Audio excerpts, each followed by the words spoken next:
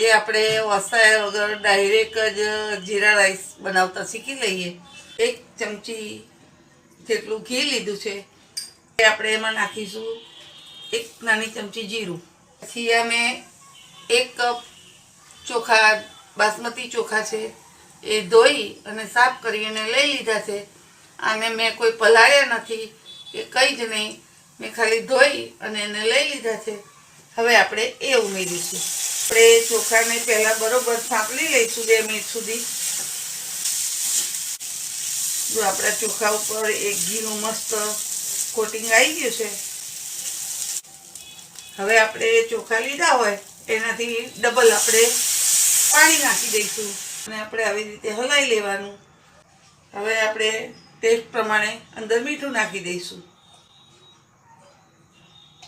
હવે આપણે એને આવી રીતે મિક્સ કરી લઈશું અને એકદમ ધીમા ગેસે આપણે એને ચડવા દઈશું. હવે એને આપણે ઢાંકી અને થવા દઈશું. તો તમે જોઈ શકો છો આપણો એકદમ આ કોઈ ના કે વસાયા વગરનો આપણે જીરા રાઈસ બનાવ્યો છે. એકદમ ખુલ્લો ખુલ્લો અને એકદમ સરસ આપણો જીરા રાઈસ તૈયાર થઈ ગયો છે. તો ચલો આપણે સર્વ કરીએ.